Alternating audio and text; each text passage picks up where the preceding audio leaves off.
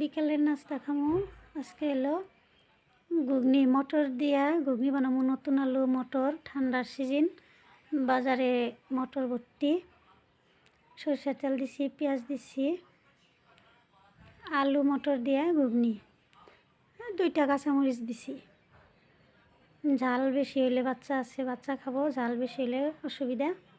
ঘুগনি হইলে আমি কাঁচামরিচ, ধনিয়া, পেঁয়াজ দিয়া খামো। আলু দিছি, 2টা আলু দিছি।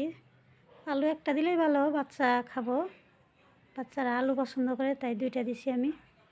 মটর দিয়ে দিছি, আলু মটর দিয়া ঘুগনি ঠান্ডার দিনে বিকেলবেলা। আমি এনে লবণ, হলুদ আর অল্প ধনিয়া গুঁড়া দিব, মশলার দরকার নাই বেশি, যেহেতু ঘুগনি। মটর, কাঁচা মটর, এটা এমনিও খাওয়া যায়, কাঁচা মটর।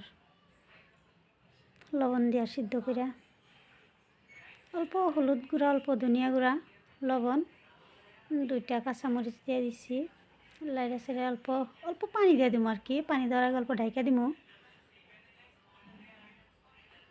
5 মিনিট পরে অল্প পানি দিয়ে দিব, অল্প পানি, যাতে মটর আর আলু ভালোভাবে সেদ্ধ হয় আর কি।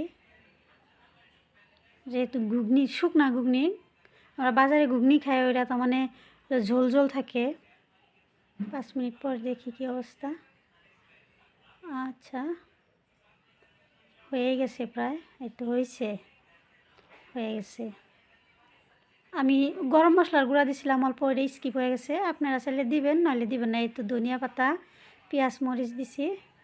এই যে হয়ে গেছে আমার ঘুগনি, বিকালবেলা বসে খাওয়া মজা।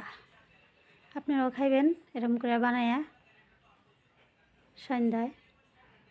আল্লাহ হাফেজ।